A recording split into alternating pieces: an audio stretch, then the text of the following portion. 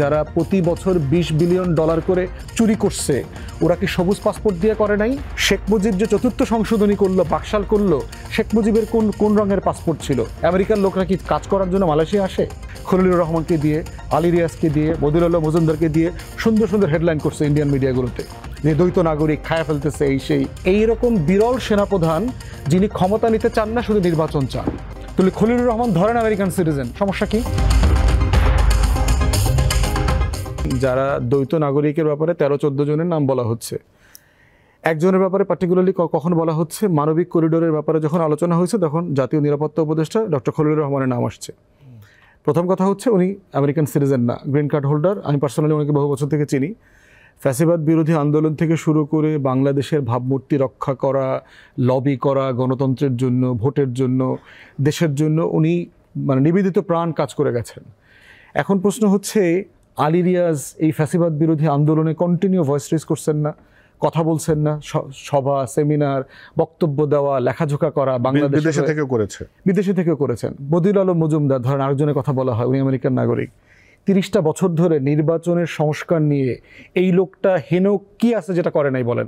বাংলাদেশ যেন একটা ভালো নির্বাচনী কাঠামো তৈরি পায়।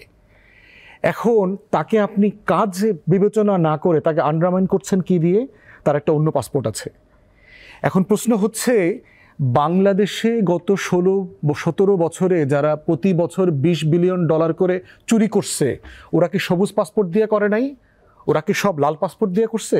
শেখ মুজিব যে চতুর্থ সংশোধনী করলো, বাকশাল করলো, শেখ মুজিবের কোন রঙের পাসপোর্ট ছিল? জাসদের 30,000 নেতাকর্মীকে যারা হত্যা করছে, সিরাজ শিকদার সহ, ওরা কোন পাসপোর্ট দিয়ে হত্যা করছে? বাংলাদেশে যারা 800 আয়নাঘর বানাইছে গত 16 বছরে, গুম খুন, 6,500 মানুষকে আপনার ক্রস ফায়ারে মেরে ফেলছে, ওরা কোন পাসপোর্টধারী ছিল? প্রশ্ন হচ্ছে যে আপনি একটা মানুষকে দেখবেন তার কাজের উপরে ভিত্তি করে, যে এই লোকটা দেশের জন্য কাজের কিনা, সৎ কিনা, দেশপ্রেমিক কিনা। আপনার তো সারা দুনিয়া দেখেন, চায়না, মালয়েশিয়া, সিঙ্গাপুর কি করেছে? ইনভাইট করছে সারা দুনিয়াতে যে তোমরা যে দেশে আছো, এক্সপার্ট, ইউনিভার্সিটির টিচার, বিজ্ঞানী, ডাক্তার, তোমরা দেশে ফিরে আসো, দেশের উন্নয়নে কাজে লাগাও। একটা মানুষ বাংলাদেশ থেকে চলে গেছে, এটা তো বাংলাদেশের লজ্জার ব্যাপার। আমাদের অন্য দেশের মানুষরা তো অন্য দেশে যায় না। আমেরিকার লোকরা কি কাজ করার জন্য মালয়েশিয়া আসে? তো বাংলাদেশের লোকদের যাইতে হয় কেন? এটাই তো রাষ্ট্র আকারে আমার লজ্জার ব্যাপার। সেই মানুষটা বৈধ অবৈধভাবে আরেক দেশে গিয়ে ক্যারিয়ার তৈরি করছে, সেটেল হয়েছে, সুবিধার মতো তারা সে নাগরিক হয়েছে, সমস্যাটা কোথায়? সে যখন টাকা পাঠায়, রেমিটেন্স পাঠায়, তখন আপনি বলে দেন কিনা, এনবিআর, বাংলাদেশ ব্যাংক বলে কিনা যে তুমি তো দ্বৈত নাগরিক, তোমার টাকা আমি নিব না। ওয়ালটন বিএলডিসি ফ্যান, খরচ বাঁচে 65% পর্যন্ত। ওয়ালটন বিএলডিসি ফ্যান ছড়ায় স্বস্তির সবুজ হাওয়া। সে যখন বাংলাদেশে এফডিআই নিয়ে আসে, ইনভেস্ট করতে চায়, তখন আপনি বলেন কিনা যে তুমি তো দ্বৈত নাগরিক, তোমার ইনভেস্টমেন্ট নেব না। সে যখন বাংলাদেশে প্লট ফ্ল্যাট কেনে, আত্মীয় স্বজনকে লেখাপড়ার জন্য টাকা পাঠায়, চ্যারিটি পাঠায়, মসজিদ, মাদ্রাসা, মন্দির করে, তখন আপনি বলেন কিনা যে তুমি দ্বৈত নাগরিক, তুমি বাংলাদেশের ডেভেলপমেন্টের জন্য কাজ করতে পারবে না। সেটা তো বলে না। তাহলে তার আপনি সকল ফ্যাসিলিটি নেবেন। সে যখন আপনার হয়ে দুনিয়াতে গণতন্ত্রের জন্য র্যালি করবে, লিখবে, বলবে, লবি করবে, তখন আপনি অ্যাপ্রিসিয়েট করবেন। রাষ্ট্রের একটা পদে থেকে রাষ্ট্রকে সার্ভ করতেছে, এটাকে আপনি অ্যাপ্রিসিয়েট করছেন না। এই ডিসকোর্সটা দেখুন শুরুই করেছে কিন্তু পার্টিকুলারলি ইন্ডিয়ান মিডিয়াতে আসছে। খলিলুর রহমানকে দিয়ে, আলী রিয়াজকে দিয়ে, বদিউল্লাহ মজুমদারকে দিয়ে সুন্দর সুন্দর হেডলাইন করছে ইন্ডিয়ান মিডিয়াগুলোতে যে দ্বৈত নাগরিক খায়া ফেলতেছে, সেই কিভাবে করতেছে দেখেন। আমেরিকান নাগরিক জাতীয় নিরাপত্তা উপদেষ্টা হইতেছে, সে মানবিক করিডোর দিছে এখানে যুদ্ধ করার জন্য। আর সেনাপ্রধানের প্রশংসা করা হচ্ছে এইরকম বিরল সেনাপ্রধান যিনি ক্ষমতা নিতে চান না, শুধু নির্বাচন চান। ইন্ডিয়ান মিডিয়া গত 16-17 বছর কোথায় ছিল? আমার দেশ ব্লিডিং হয়েছে এখানে গণতন্ত্রের জন্য, তখন তো শুনি নাই শেখ হাসিনাকে নিয়ে তারা এত বেশি চিন্তিত, দেশের গণতন্ত্র নিয়ে এত চিন্তিত। বাংলাদেশে এই যে দিল্লির দালালি করছে আমাদের আর্ম ফোর্সেসের জেনারেলরা, বেচা দিয়ে আসছে দেশটাকে, তখন তো শুনি নাই যে মইনুল আহমদকে 17টা ঘোড়া দিয়া যে বেচা দিল, মীর জাফরের মতো, লেন্দুব দর্জির মতো, তখন শুনি নাই তো এই ব্লিডিংয়ের কথা।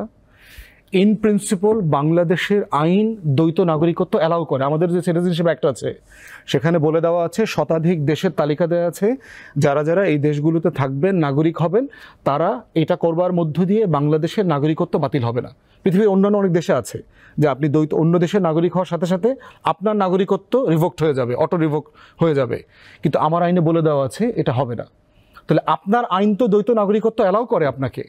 তাহলে যেটা আপনার দেশের আইন অ্যালাউ করে সেটা আপনার করতে সমস্যাটা কোথায়? সেটা করবার কারণে সে আবার অপরাধী হইল কেন? এরপরে হচ্ছে আবার দেখেন আমাদের সংবিধানে একটা বলে দেওয়া আছে দ্বৈত নাগরিক হলে এমপি হতে পারবে না। কেন পারবে না? কেন পারবে না? লুকায় চুকায়া হইতেছে না? আপনি এটা ঠেকাইতে পারবেন? এই যে হাসিনা আমলের কত জেনারেল তারেক আহমেদ সিদ্দিকী অন্য দেশের নাগরিক না? তখন তো এই আলোচনা আসে নাই। তাহলে খলিলুর রহমান ধরেন আমেরিকান সিটিজেন, সমস্যা কি?